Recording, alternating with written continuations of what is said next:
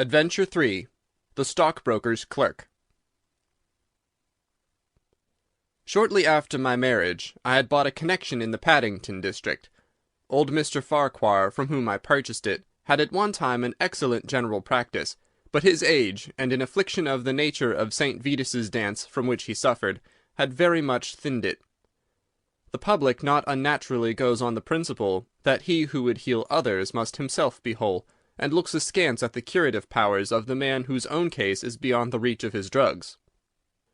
Thus, as my predecessor weakened, his practice declined, until when I purchased it from him had sunk from 1,200 to little more than 300 a year. I had confidence, however, in my own youth and energy, and was convinced that in a very few years the concern would be as flourishing as ever. For 3 months after taking over the practice, I was kept very closely at work, and saw little of my friend Sherlock Holmes, for I was too busy to visit Baker Street, and he seldom went anywhere himself save upon professional business. I was surprised, therefore, when one morning in June, as I sat reading the British Medical Journal after breakfast, I heard a ring at the bell, followed by the high, somewhat strident tones of my old companion's voice. "Ah, my dear Watson," said he, striding into the room, "I'm very delighted to see you. I trust that Mrs. Watson has entirely recovered from all the little excitements connected with our adventure of the sign of 4. "Thank you, we are both very well," said I, shaking him warmly by the hand. "And I hope also," he continued, sitting down in the rocking-chair, "that the cares of medical practice have not entirely obliterated the interest which you used to take in our little deductive problems." "On the contrary," I answered. "It was only last night that I was looking over my old notes, and classifying some of our past results." "I trust that you don't consider your collection closed." "Not at all. I should wish nothing better than to have some more of such experiences." "To-day, for example?" "Yes, to-day, if you like." "And as far off as Birmingham?" "Certainly, if you wish it." "And the practice?" "I do my neighbour's when he goes. He's always ready to work off the debt." "Ha! Nothing could be better," said Holmes, leaning back in his chair and looking keenly at me from under his half-closed lids. "I perceive you have been unwell lately. Summer colds are always a little trying." "I was confined to the house by a severe chill for 3 days last week. I thought, however, that I had cast off every trace of it." "So you have. You look remarkably robust." "How, then, did you know of it?" "My dear fellow, you know my methods." "You deduced it, then?" "Certainly." "And from what?" "From your slippers." I glanced down at the new patent leathers which I was wearing. "How on earth—" I began, but Holmes answered my question before it was asked. "Your slippers are new," he said. "You could not have had them more than a few weeks. The soles, which you are at this moment presenting to me, are slightly scorched. For a moment I thought they might have got wet and been burned in the drying, but near the instep there is a small circular wafer of paper with the shopman's hieroglyphics upon it. Damp would of course have removed this. You had then been sitting with your feet outstretched to the fire, which a man would hardly do even in so wet a June as this if he were in his full health." Like all Holmes' reasoning, the thing seemed simplicity itself when it was once explained. He read the thought upon my features, and his smile had a tinge of bitterness. "I'm afraid that I rather give myself away when I explain," said he. "Results without causes are much more impressive." "You are ready to come to Birmingham, then?" "Certainly. What is the case?" "You shall hear it all in the train. My client is outside in a four-wheeler. Can you come at once?" "In an instant." I scribbled a note to my neighbour, rushed upstairs to explain the matter to my wife, and joined Holmes upon the doorstep. "Your neighbour is a doctor," said he, nodding at the brass plate. "Yes, he bought a practice as I did." "An old established one?" "Just the same as mine. Both have been ever since the houses were built." "Ah, then you got hold of the best of the two." "I think I did, but how do you know?" "By the steps, my boy. Yours are worn 3 inches deeper than his. But this gentleman in the cab is my client, Mr. Hall Pycroft. Allow me to introduce you to him. Whip your horse up, cabby, for we have only just time to catch our train." The man whom I found myself facing was a well-built, fresh-complexioned young fellow, with a frank, honest face and a slight, crisp yellow moustache.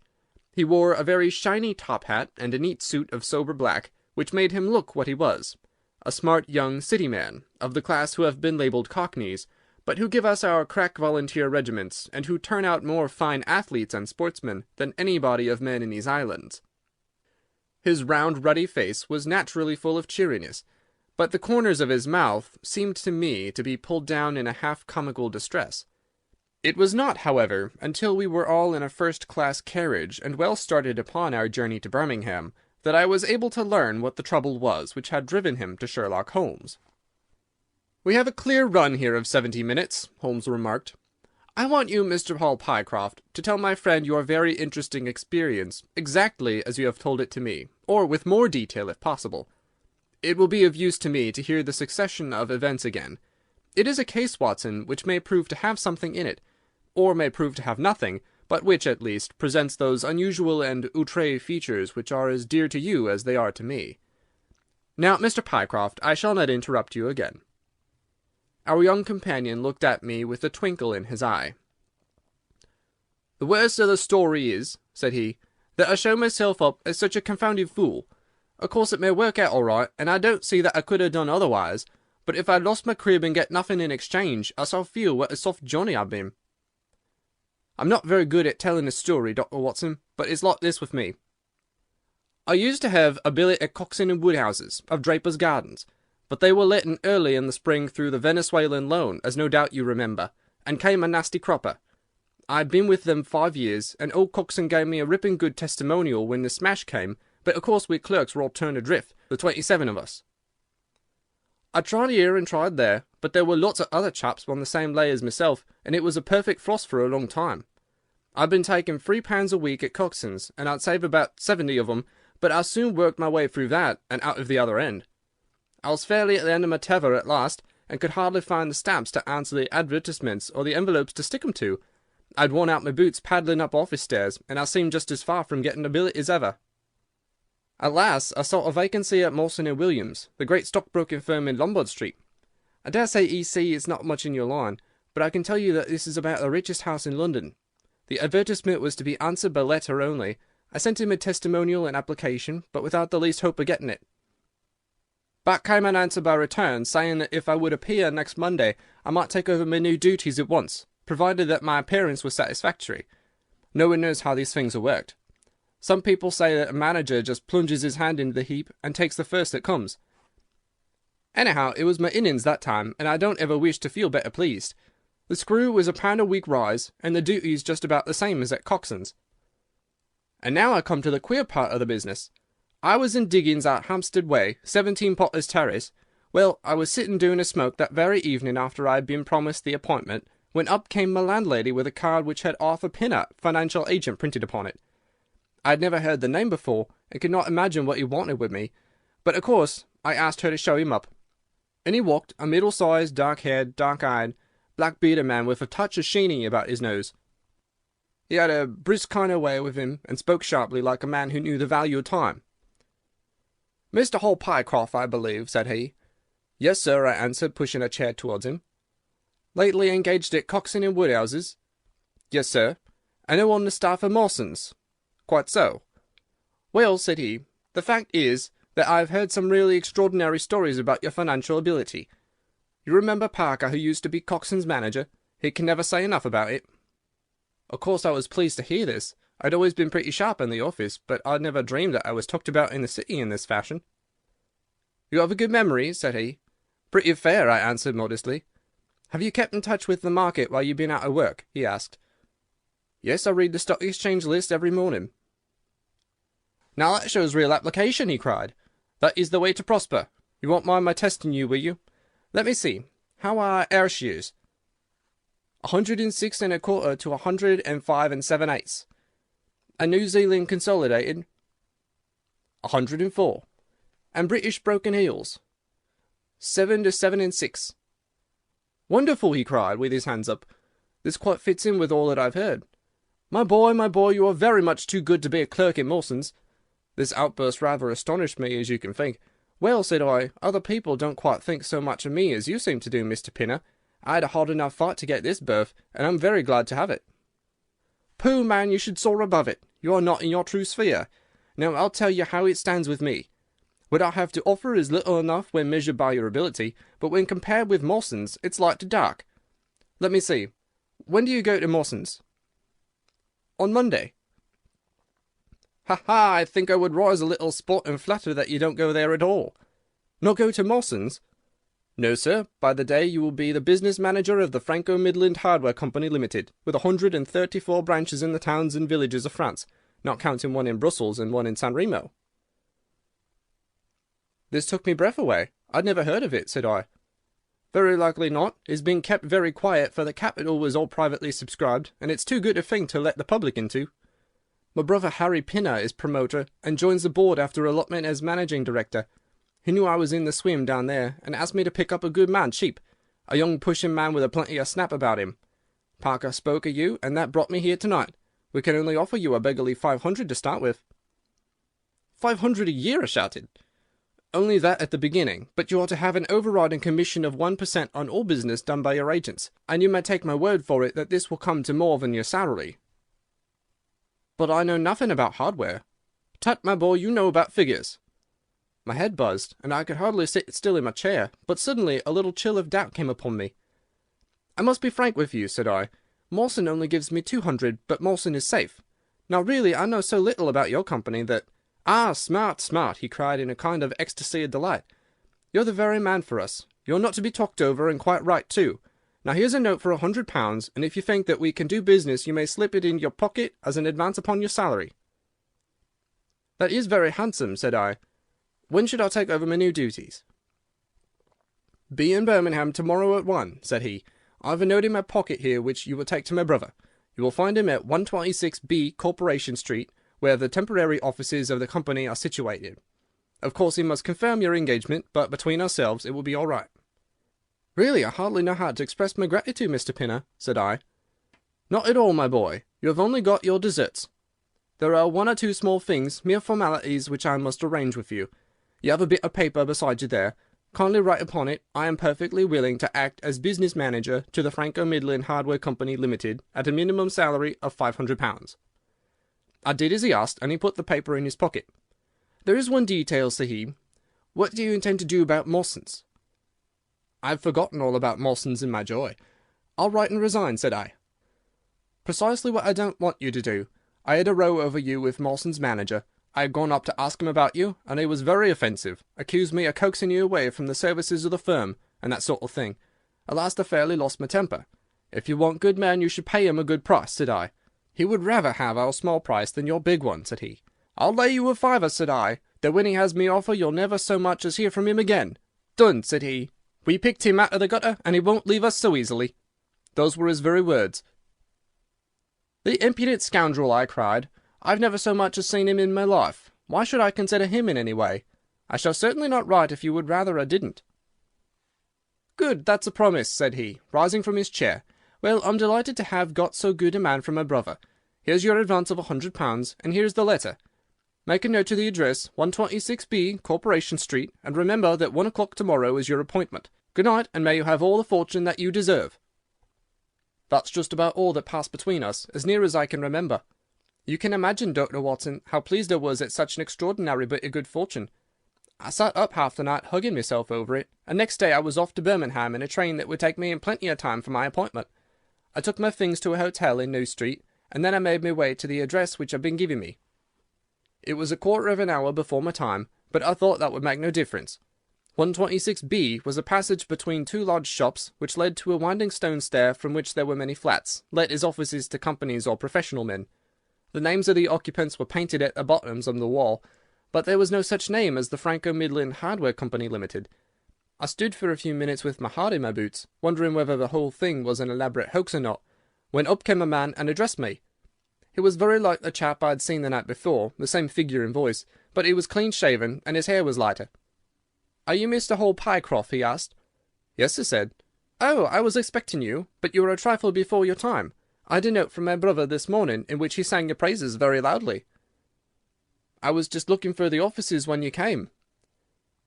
"We have not got our name up yet, for we only secured these temporary premises last week. Come up with me, and we will talk the matter over." I followed him to the top of a very lofty stair, and there right under the slates were a couple of empty, dusty little rooms, uncarpeted and uncurtained, into which he led me. I had thought of a great office, with shining tables and rows of clerks, such as I was used to, and I dare say I stared rather straight at the 2 deal chairs and one little table, which, with a ledger and a waste-paper basket, made up the whole furniture. "Don't be disheartened, Mr. Pycroft," said my new acquaintance, seeing the length of my face.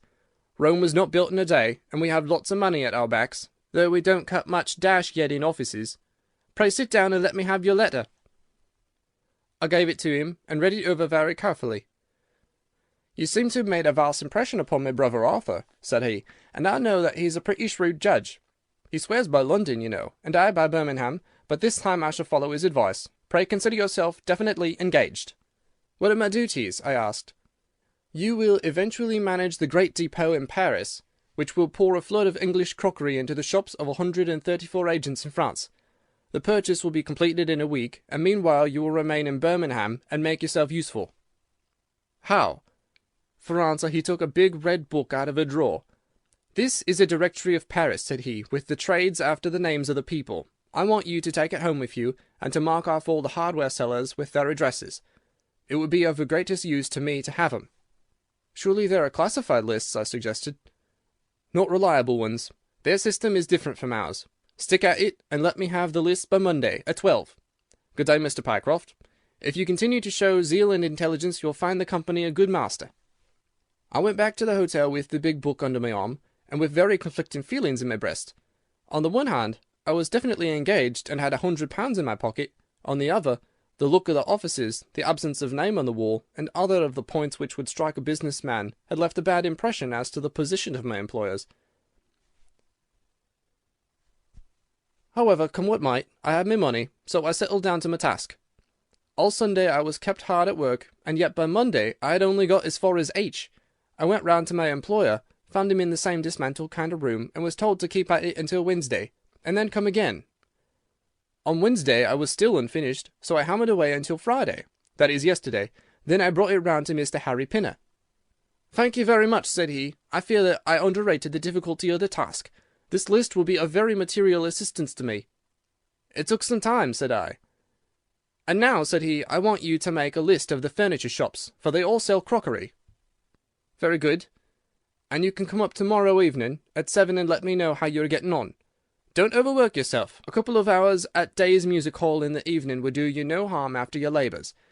He laughed as he spoke, and I saw with a thrill that his second tooth upon the left-hand side had been very badly stuffed with gold. Sherlock Holmes rubbed his hands with delight, and I stared with astonishment at our client. "You may well look surprised, Dr. Watson, but it is this way," said he. "When I was speaking to the other chap in London, at the time that he laughed at my not going to Mawson's, I happened to notice that his tooth was stuffed in this very identical fashion. The glint of the gold in each case caught my eye, you see. When I put that with the voice and figure being the same, and only those things altered which might be changed by a razor or a wig, I could not doubt that it was the same man. Of course you expect 2 brothers to be alike, but not that they should have the same tooth stuffed in the same way. He bowed me out, and I found myself in the street, hardly knowing whether I was on my head or my heels.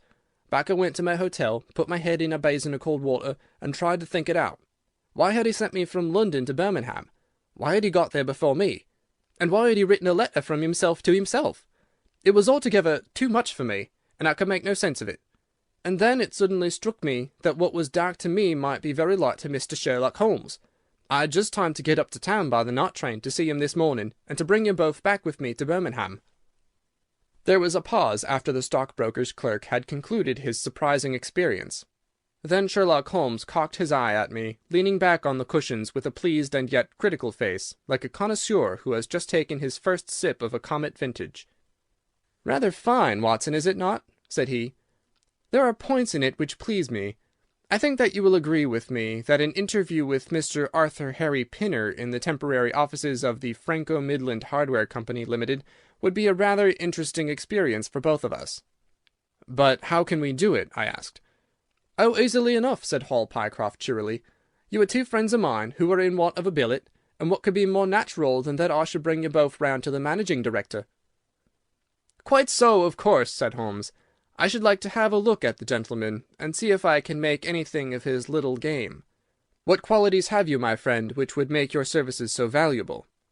Or is it possible that—" He began biting his nails and staring blankly out of the window, and we hardly drew another word from him until we were in New Street. At 7 o'clock that evening we were walking, the three of us, down Corporation Street to the company's offices. "It's no use our being at all before our time," said our client. "He only comes there to see me, apparently, for the place is deserted up to the very hour he names." "That is suggestive," remarked Holmes. "By Jove, I told you so!" cried the clerk. "That's he walking ahead of us there." He pointed to a smallish, dark, well-dressed man who was bustling along the other side of the road. As we watched him, he looked across at a boy who was bawling out the latest edition of the evening paper, and running over among the cabs and buses, he bought one from him.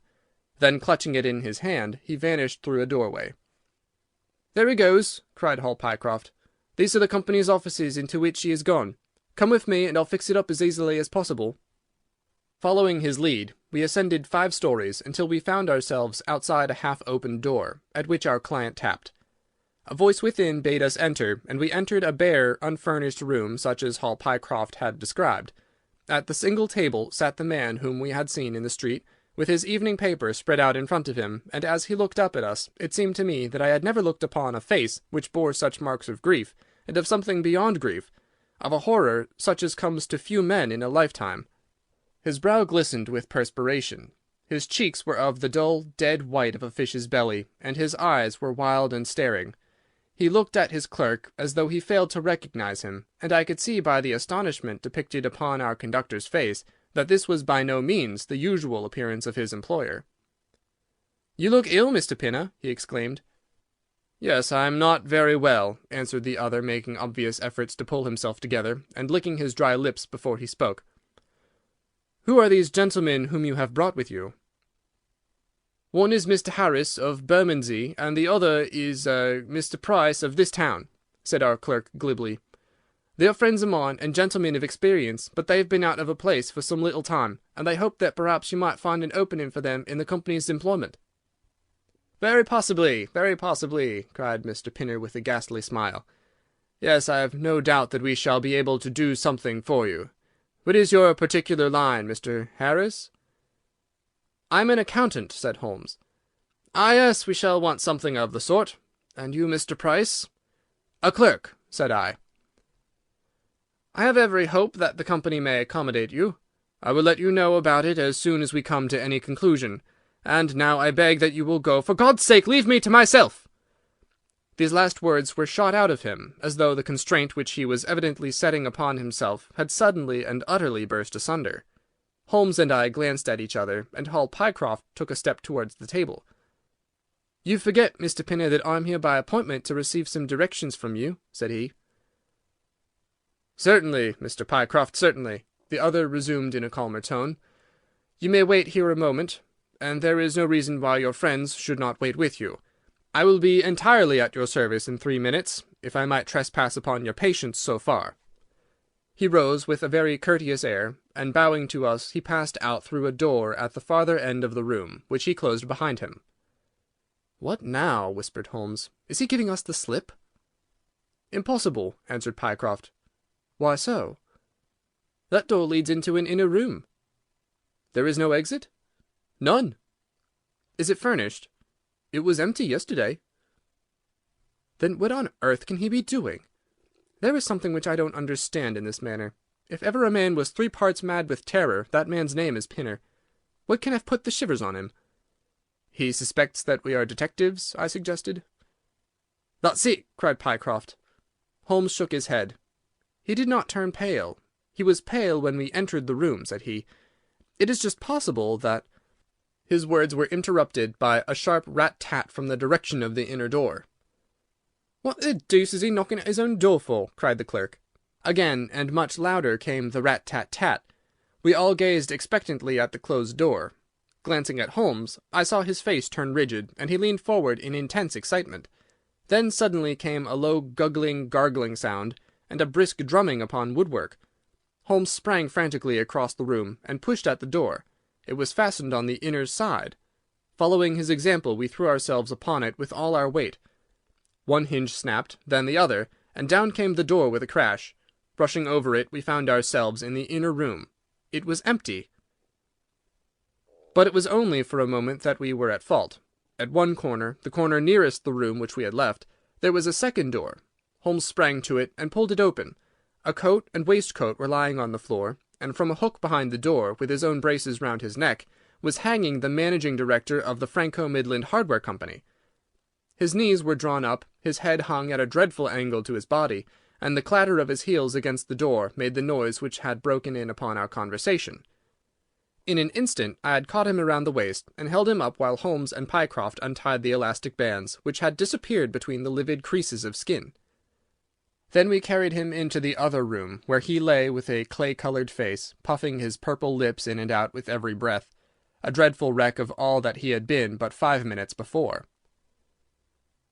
"What do you think of him, Watson?" asked Holmes. I stooped over him and examined him. His pulse was feeble and intermittent, but his breathing grew longer, and there was a little shivering of his eyelids, which showed a thin white slit of ball beneath. "It has been touch and go with him," said I, "but he'll live now. Just open that window and hand me the water carafe." I undid his collar, poured the cold water over his face, and raised and sank his arms until he drew a long, natural breath. "It's only a question of time now," said I, as I turned away from him. Holmes stood by the table, with his hands deep in his trousers pockets and his chin upon his breast. "I suppose we ought to call the police in now," said he, "and yet I confess that I'd like to give them a complete case when they come." "It's a blessed mystery to me," cried Pycroft, scratching his head. "Whatever they wanted to bring me all the way up here for, and then—" "Pooh, all that is clear enough," said Holmes impatiently. "It is this last sudden move. You understand the rest, then?" "I think that it is fairly obvious. What do you say, Watson?" I shrugged my shoulders. "I must confess that I am out of my depths," said I. "Oh, surely, if you consider the events at first, they can only point to one conclusion." "What do you make of them?"